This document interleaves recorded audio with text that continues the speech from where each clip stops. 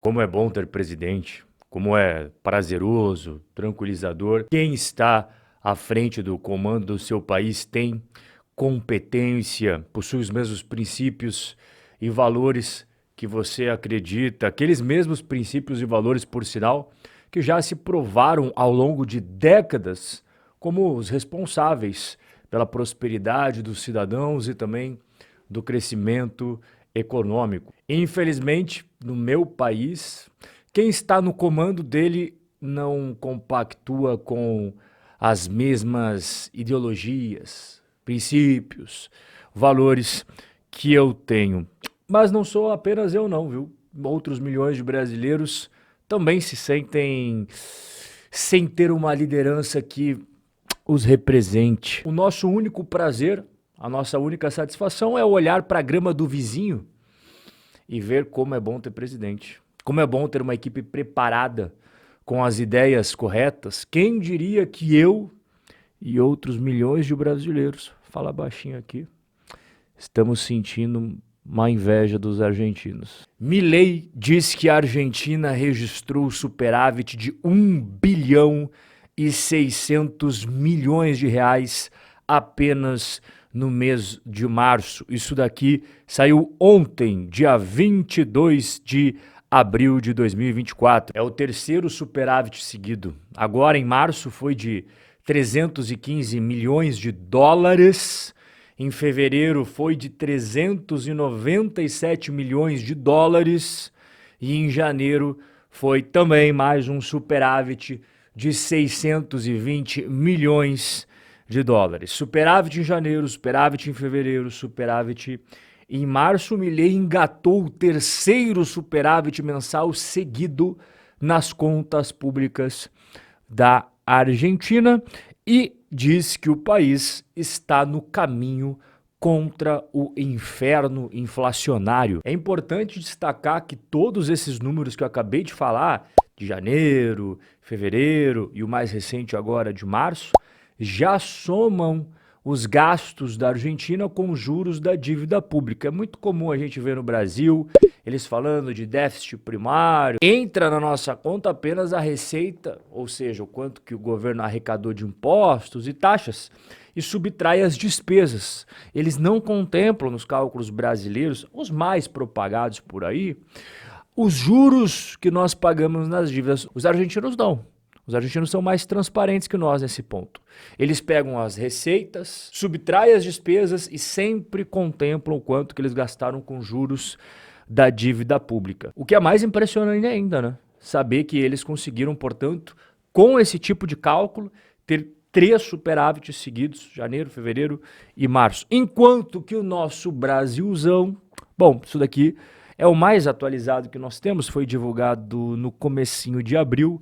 Com juros da dívida, rombo fiscal volta a ultrapassar 1 trilhão de reais. Enquanto o Brasil está indo nessa trajetória aqui, ó, a Argentina está indo nessa trajetória aqui. Primeiro superávit fiscal trimestral, janeiro, fevereiro, março, desde 2008. Não tem como chamar isso daqui de outro nome a não ser milagre do Javier Milei.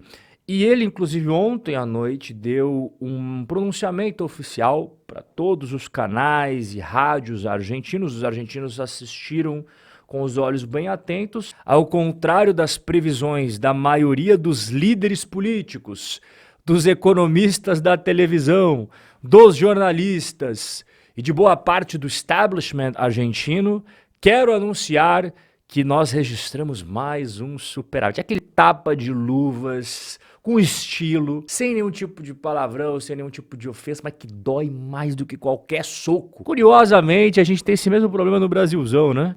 Só que ao contrário, porque a gente vê um monte de economista da televisão e jornalista passando pano do jeito que meu pai amado. Mas o trecho que eu mais gostei nem foi esse. Foi esse daqui, ó. Se o Estado não gasta mais do que arrecada, ou seja, se o Estado tem superávit fiscal, não há inflação, não é mágica. São dois conceitos que já foram demonstrados há muito tempo na história da humanidade e que na Argentina são rejeitados por uma razão muito simples. Os políticos querem gastar muito porque são os principais beneficiários desses gastos. Eu só vou fazer uma única correção aqui, Milei.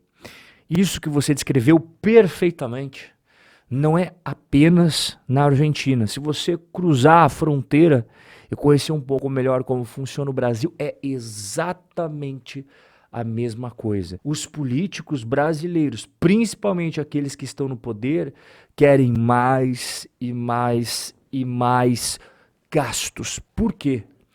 Porque eles são aqueles que mais se beneficiam disso. Até os gringos estão impressionados com o progresso na economia da Argentina com o governo Milei. E isso aqui foi há 2 semanas atrás, antes de divulgar esse terceiro superávit fiscal seguido. Eu até separei aqui para você algumas coisas que aconteceram na economia da Argentina depois que o Milei ganhou as eleições. Por exemplo, a Bolsa. Esse é o índice Bovespa dos hermanos. Lembrando, o Milei venceu em 19 de novembro de 2023.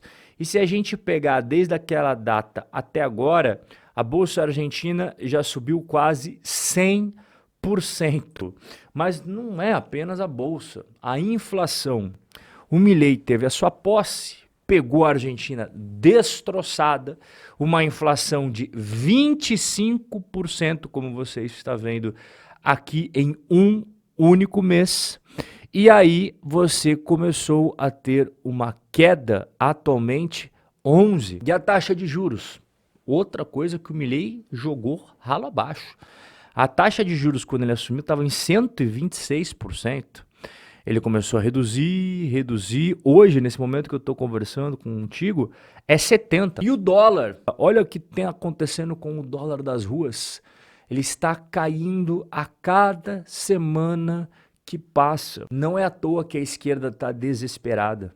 O Javier Milei, com todas as dificuldades, está conseguindo fazer um trabalho que não resta alternativa a não ser você aplaudir. Como eu falei, fica ali uma pontinha de inveja, porque a gente vê o caminho que nós estamos seguindo e o que eles vêm fazendo e tudo que nós gostaríamos era que tivéssemos essas mesmas coisas acontecendo em nosso país, mas sabemos que pelo menos até o final de 2026 não podemos esperar nada sequer parecido com o que nós acabamos de ver. E aqui vai um recadinho final para você que quer auxílio profissional para os seus investimentos. Você manda aqui, ó, contato@robcorreia.com.br, o seu nome e também o seu WhatsApp com o DDD para que a gente possa fazer a apresentação da consultoria de investimentos e explicar melhor como que funciona esse nosso serviço para você. Nosso bate-papo de hoje vai ficando por aqui, mas eu tenho encontro marcado com você amanhã, neste mesmo lugar e neste mesmo horário. Forte abraço, fique com Deus,